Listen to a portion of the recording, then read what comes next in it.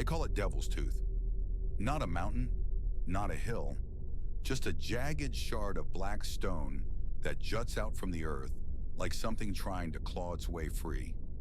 Sits about 10 miles outside Dry Hollow, Colorado, surrounded by dying pines and silence. No trails lead to it. No birds fly over. The animals avoid it. So should people. But people don't listen. I didn't. I was chasing ghost stories again, doing freelance work for a small horror magazine. You know the kind, true tales of the unexplained, sandwiched between ads for Bigfoot tours and crystals that cure cancer. I thought I'd seen it all, until I got the letter. Typed, no return address. Go to Devil's Tooth. Stay until the screaming stops. Enclosed was a photograph, black and white, grainy. A man standing in front of the stone, mouth open in a silent scream. His shadow was wrong, bent backward, like it was trying to get away from him. I should have thrown it away. Instead, I drove west. Dry Hollow was less of a town and more of a shrug. Gas station, bar, post office that hadn't seen use in a decade. Locals didn't want to talk about Devil's Tooth. When I brought it up, eyes went dark. Conversations ended. "Don't go there," the bartender warned me. "It remembers." I went anyway. The road turned to gravel, then to dirt, then to nothing. I hiked the rest of the way. The forest felt wrong, trees too thin, air too thick. And then I saw it. The tooth, at least 20 feet tall, blacker than night, sharp as sin, cold to the touch. I set up my gear, camped nearby, waited. That night the screaming started. It came from inside the stone. Low at first, like wind under a door, then louder, hundreds of voices, some crying, some begging, some laughing, none human. I recorded everything, hours of it. But when I played it back, nothing, just silence. Then the dreams began. I saw the man from the photo, standing with his back to me, whispers pouring from his mouth, his skin sloughing off in ribbons. And behind him, something in the stone, moving, shifting, watching me. I woke up to blood on my hands, not mine, not human. I tried to leave, got lost. The compass spun, GPS died. Every path led back to the tooth. On the fourth night, I climbed it. Don't ask me why. Some part of me needed to, like gravity, but worse. At the top, there was a crack, just wide enough to look in, so I did. There were eyes, thousands, flickering like fireflies, each one showing me something, a memory, a death, a scream, and in all of them, me. I fell. Don't remember hitting the ground. Just woke up miles away, lying on the highway outside Dry Hollow. No gear, no phone, just the photo, burned around the edges. But the shadow's gone now, and mine bends the wrong way. I don't sleep. I don't eat. I hear the screaming in water, in walls and wind. Sometimes I talk back. If you ever find Devil's Tooth, do yourself a favor. Turn around. Forget you saw it, because it remembers, and it's hungry for more.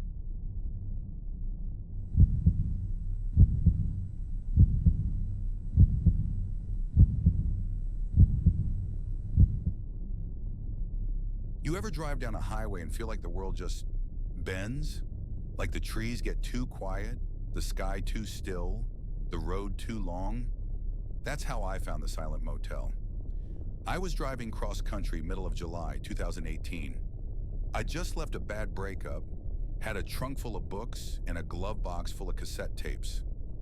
No destination, just escape. Somewhere in Missouri, my car started sputtering. Middle of nowhere, no towns for miles. Gas gauge was fine, engine was not. As the sun dipped, I saw it, a flickering neon sign through the trees. Motel, no name, just that. I pulled in, gravel lot, one story, 6 rooms, all with closed curtains, not a single car.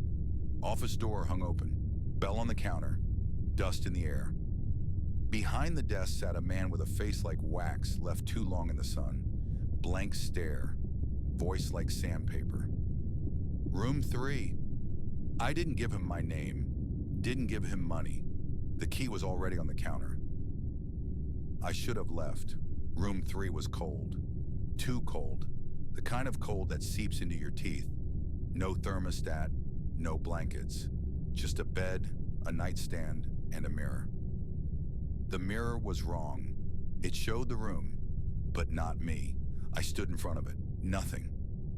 I reached out, touched glass, felt skin. I jerked back.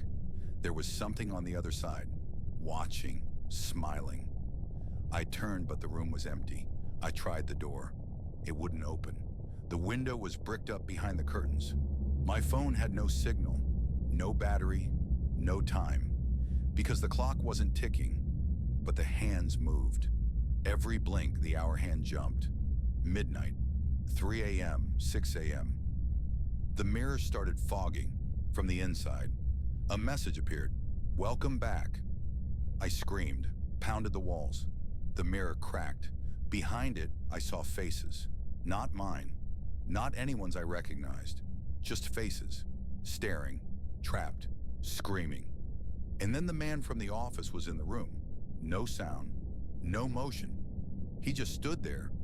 Then his mouth opened far too wide. One more. I don't remember leaving. I woke up on the side of the highway. Car intact. Tank full. But my tapes were gone. And in the passenger seat was a motel key. Room 3. No one's heard of the Silent Motel. It's not on any map. No listing, no reviews. But sometimes if you drive long enough in the dark, you might see the sign.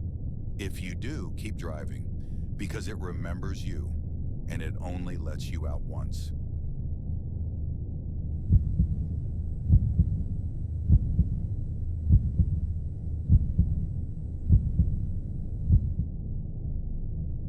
There's a tree in Broward County, West Virginia that nobody talks about. Not in polite company. They call it the grinning tree. Not because it's funny, because of the faces. I was a forestry student when I first heard about it. Spring of 2012, my professor sent me and another student, Rachel, out to document fungal growth in the Appalachian foothills. We were tagging birch trees and mapping old growth when we stumbled across a place that wasn't on any of our charts. A hollow, dead quiet. No birds, no bugs, just wind through twisted branches. At the center was an oak, black and gnarled, taller than any tree I'd seen in those hills. It looked wrong, not diseased, not dying, just wrong. Its bark was smooth, almost polished, and across its trunk and limbs, dozens of indentations. At first I thought it was pareidolia, your brain seeing faces in random patterns. But then Rachel screamed. She pointed to one of the knots near the base. It wasn't just a pattern, it was a face. A perfect replica of a human face, eyes closed, mouth curled into a grin. I got closer. There were more.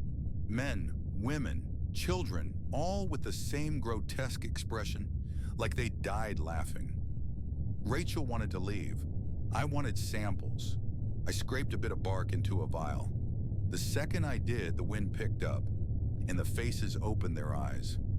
I don't remember the run back to camp. Just flashes, branches clawing at my arms, Rachel's voice screaming behind me, something moving through the trees, fast and low to the ground. When we made it back, we didn't tell anyone. Who would believe us? But that night, I couldn't sleep. I kept hearing it, whispering, not outside, inside, from the sample vial. I threw it in the fire. Rachel left school the next day, didn't say goodbye, just vanished. A week later, I got a letter. No return address, just a note in her handwriting. It saw me. I tried to go back, needed proof, but the hollow was gone, or hidden. I searched for hours. Nothing. Until I looked up. In the crook of a dead tree, something was watching. Not an animal. A shape. Pale, smiling. It raised a hand, and I ran. That was 13 years ago. I've moved 5 times since then.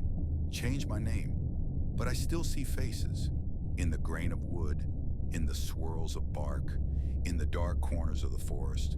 And last night, one of them smiled. The grinning tree remembers, and it grows closer every year.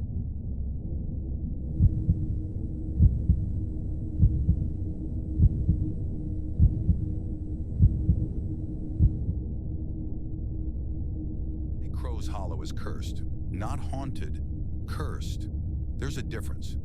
Ghosts you can reason with, spirits you can appease, but a curse just waits. Crow's Hollow sits in a forgotten crease of Kentucky woodland, where the map thins out and the road forgets where it's going. I found it by accident, or maybe it found me. Fall of 2015, I was chasing legends for a podcast no one listened to. Ghost lights, cryptids, folk tales. Crow's Hollow was a whisper wrapped in warnings. Locals said not to go. I didn't listen. There was a trail, barely there, swallowed in rotten brush. It wound between the trees like it was trying not to be followed. At its end was the town, or what was left. Shattered cabins, church without a roof, a well covered in thick iron bars.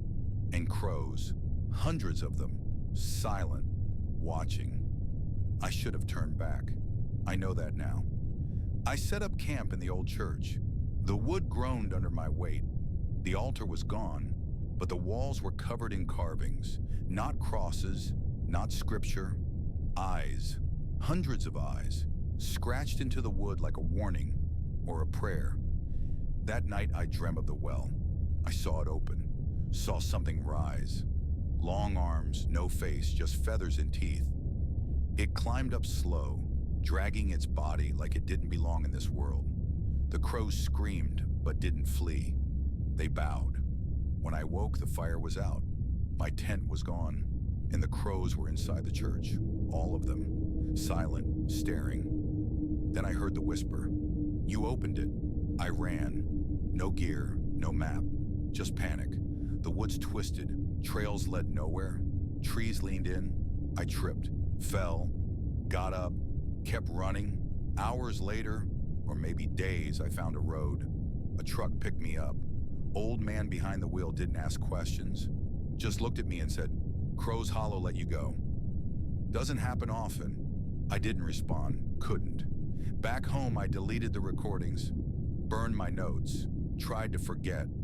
But the crows followed. Everywhere I go, one on every windowsill, every wire. Watching, I see them in my dreams, hear the whisper in my walls. You opened it. You brought it back. Last night, I woke up to the sound of wings. My apartment was full of feathers. My eyes were bleeding. And outside on the fire escape, something tall, faceless, grinning. Crow's Hollow is gone, burned to ash last year. But it doesn't matter. The curse doesn't stay in one place. It follows the one who listens.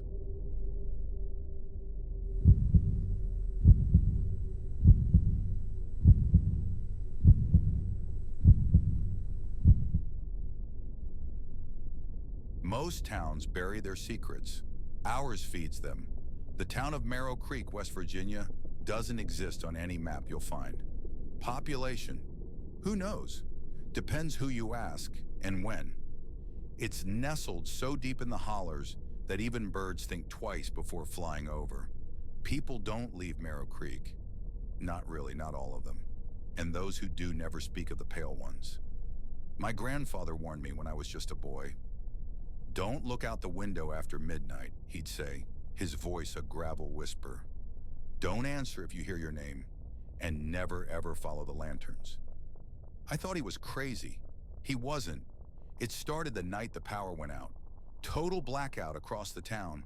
Phones died, clocks froze, even the wind held its breath. I was staying in my childhood home after my father passed, alone, surrounded by dust and the smell of old paper. I lit candles, read by flashlight, tried to ignore the silence. Then I saw it, a light, bobbing in the trees behind the house, like an old lantern, faint and golden. It moved like it had purpose. And then I heard my name, Software, familiar, my mother's voice, but she'd been dead for 7 years. I didn't follow. Not that time. I stayed hidden, waited until morning. When the sun rose, the power came back, and the light was gone. I tried to tell the sheriff. He just stared at me with hollow eyes and said, "You've seen him now. Best you pretend you didn't." He handed me a jar of salt and a rusted iron nail. "Put these by your windows. Don't ask." That night I heard footsteps on the porch. Slow, bare. They didn't knock, just waited. Then came the whisper, my voice. "Let me in. I'm cold." I pressed the salt against the window frame, the nail clutched tight in my fist. The figure outside moved closer. Pale skin, too tall, too thin. No eyes, just a mouth, grinning wide enough to split the skull. And it spoke again, 100 voices piled into one. "We remember you." I shut the blinds, sat in the dark with my back to the wall. They left at dawn. Since then, every night, they come a little closer. The salt slows them. The iron burns them. But nothing stops them. Not really. They wear the faces of the dead, of those you miss, of those you wish you could see again. That's how they get you. Marrow Creek has no churches, no cemeteries, only bones in the hills and mouths in the dark. And they're always hungry.